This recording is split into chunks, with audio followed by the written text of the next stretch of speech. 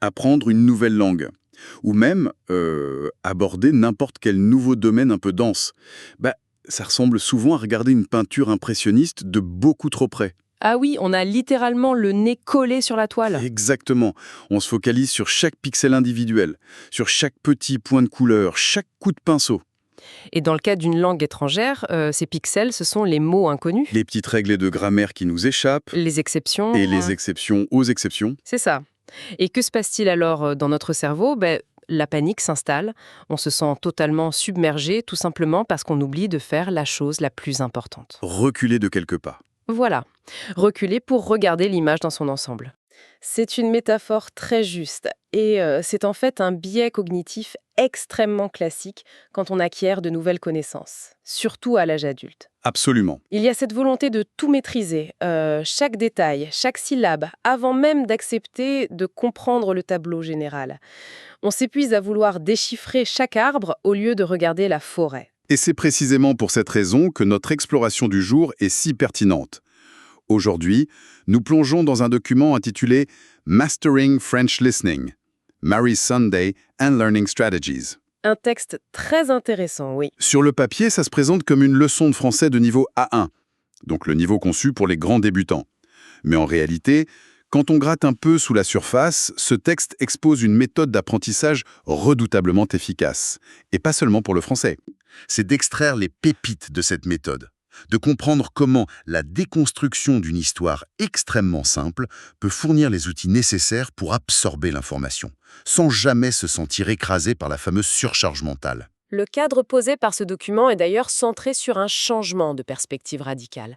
L'idée centrale défendue ici, c'est qu'il ne faut absolument pas avoir peur de la vitesse de parole. Ni du vocabulaire qu'on ne connaît pas encore. Exactement. Au lieu de se crisper sur les zones d'ombre, l'approche propose de s'appuyer sur le sens global, sur le contexte.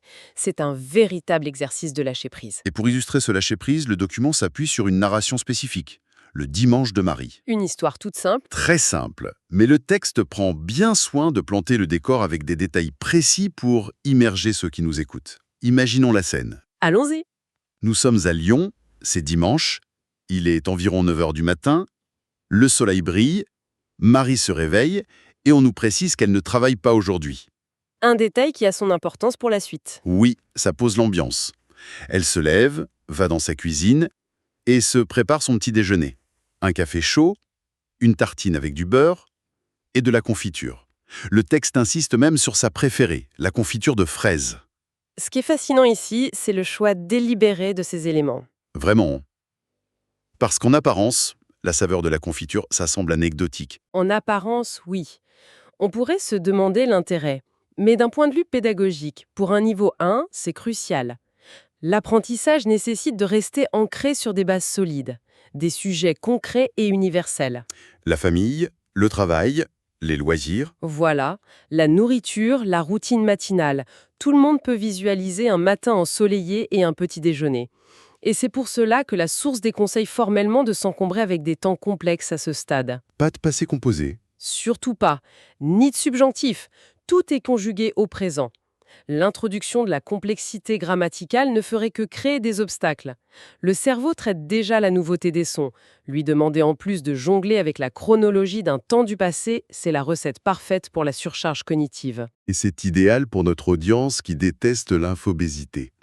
Poursuivons la journée de Marie. Après son café, elle s'habille. Un jean bleu, un bulle blanc. Des vêtements simples, du vocabulaire visuel. C'est ça.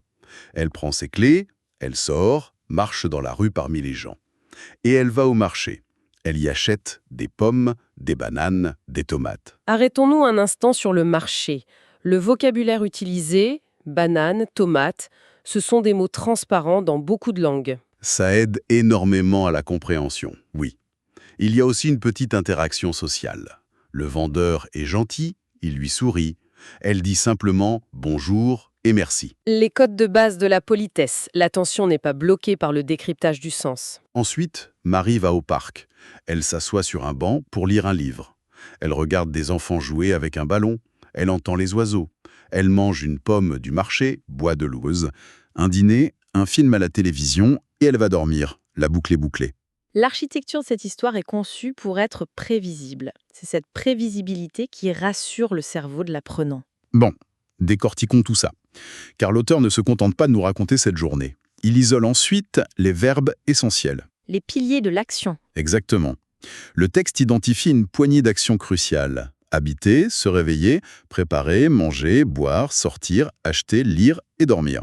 Et la façon dont la source aborde ces verbes est très intelligente. Elle utilise des définitions très visuelles au lieu de simples traductions. Oui, par exemple, le verbe « se réveiller » est défini par « ouvrir les yeux le matin ». Voilà. Sortir devient quitter un lieu. Acheter, c'est donner de l'argent pour un objet. Ça force le cerveau à rester dans la langue cible sans faire d'aller-retour avec la langue maternelle. Maîtriser ce petit groupe d'actions permet de raconter sa propre journée. Et le document associe ces verbes à des indices de temps et de lieu. Le dimanche, le matin, l'après-midi, le soir. Et pour les lieux, la cuisine, la rue, le marché, le parc, l'appartement. Comment ces indices aident-ils concrètement ? Il plante le décor. Dès que le mot parc est associé au mot matin, le cerveau visualise la scène sans effort. Ces mots piliers réduisent le champ des possibles et préparent l'intuition pour la suite de la phrase. Ce qui nous amène directement aux 5 stratégies anti-surcharge détaillées dans la source. C'est le cœur de notre exploration, un vrai guide pratique. La première stratégie, c'est la fameuse règle des 30%. C'est incroyable de se dire qu'il suffit de comprendre 30% des mots pour saisir l'essentiel. Le qui, quand, quoi. Oui, si on capte Marie, dimanche, café et marché, on a compris la matinée. Mais le texte précise bien qu'il ne faut jamais bloquer sur un mot inconnu. C'est le plus difficile pour un adulte, mais la fin de la phrase donne presque toujours la solution ou le contexte. Si on bloque, on rate tout le reste. La deuxième stratégie est tout aussi fascinante. C'est le radar émotionnel. C'est un filtre très puissant. Les mots comme contente, heureuse ou le fait qu'elle sourit. Ça prouve que l'histoire est positive. Le texte mentionne aussi des adjectifs comme gentil, fatigué, tranquille. Ces adjectifs donnent la tonalité. Si Marie était triste ou en colère, tout le contexte changerait, même avec les mêmes actions. Le radar émotionnel permet au cerveau de colorer l'histoire très rapidement. C'est là que ça devient vraiment intéressant. La troisième stratégie, c'est la logique. L'intuition fait le travail à notre place. Notre cerveau connecte les points automatiquement. On achète des fruits au marché pour les manger, on lit au parc pour se détendre. C'est le bon sens. Exactement. Il faut faire confiance à sa connaissance du monde. Les actions quotidiennes suivent des règles universelles. Ensuite, la quatrième stratégie aborde la répétition, mais une répétition intelligente. Le processus recommandé par la source se fait en 3 écoutes. Une segmentation indispensable, La première écoute, c'est juste pour le plaisir, découvrir l'histoire. sans aucune pression. La deuxième écoute, on se concentre pour repérer les verbes, les moteurs de l'action qu'on a vus. Et la troisième écoute, c'est pour visualiser les scènes mentalement. Plus on écoute de cette manière, plus le cerveau s'habitue au son. On passe d'un bruit de fond à une mélodie familière. Et enfin, la cinquième stratégie, la reformulation. L'idée, c'est de pouvoir raconter l'histoire avec ses propres mots, même très simples. Du style Marie se lève, elle mange, elle sort. Voilà, ça valide la compréhension. On passe à l'action. Et pour pousser cette idée, le texte propose un exercice créatif étonnant. Prendre 5 mots au hasard. C'est un excellent exercice d'agilité. L'exemple exact de la source donne les mots suivants. Chat, maison, pluie, manger et dormir. Des concepts très disparates. Et la solution proposée est toute simple. Le chat est dans la maison, il pleut dehors, le chat mange et il dort. Si l'on relie ça à une vision plus globale de l'apprentissage, ça rejoint la recommandation de tenir un journal intime très simple. Du genre, aujourd'hui je me lève à 7 heures, je bois un thé, je vais au travail. Voilà, ça ancre les compétences dans la réalité quotidienne. Et ça demande peu d'efforts si on utilise les verbes de base. Il y a aussi une analyse psychologique très forte en arrière-plan de ce document. L'apprentissage de la compréhension orale, ça prend du temps. La source exige de la patience. Chaque minute compte. Oui, et le texte insiste sur le fait qu'il faut associer le français à un moment agréable, comme boire une tasse de thé en étant détendu. Ça ne doit pas être une corvée. La psychologie cognitive confirme que quand on aime ce qu'on fait, quand on est détendu, on apprend beaucoup plus vite. Le cerveau n'est pas en mode survie. D'ailleurs, le texte mentionne un moment de célébration, un moment précis, le jour où l'on réalise qu'on comprend des phrases entières sans effort. C'est un déclic magique. La source promet qu'on ressentira une grande fierté ce jour-là. C'est le carburant de la motivation. Et cette motivation, elle est aussi nourrie par l'aspect social. C'est frappant de voir comment la source elle-même s'achève. L'auteur du texte ne s'arrête pas à la leçon, il crée une véritable communauté. Oui, il remercie son public d'avoir suivi la session. Il annonce même que la prochaine vidéo portera sur le vocabulaire des voyages. Il crée de l'anticipation. Et il demande de laisser un like, de s'abonner. Mais surtout, il pose des questions directes en commentaire. Des questions vraiment ciblées pour la communauté. Quelles sont ces questions, Irguillère? Il demande « Que faites-vous le dimanche ?» et « Ressemblez-vous à Marie ?» C'est brillant.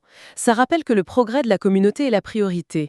Ça transforme un exercice individuel en une pratique collective et engageante. On utilise la reformulation pour parler de soi. Alors qu'est-ce que tout cela signifie? Si on fait la synthèse de notre session, nous avons vu comment l'histoire d'un simple dimanche à Lyon, avec quelques pommes et de la confiture de fraises, cache en fait une architecture linguistique brillante, Une méthode très robuste. basée sur l'intuition, les émotions et surtout l'acceptation de l'imperfection. Ces fameux 30%.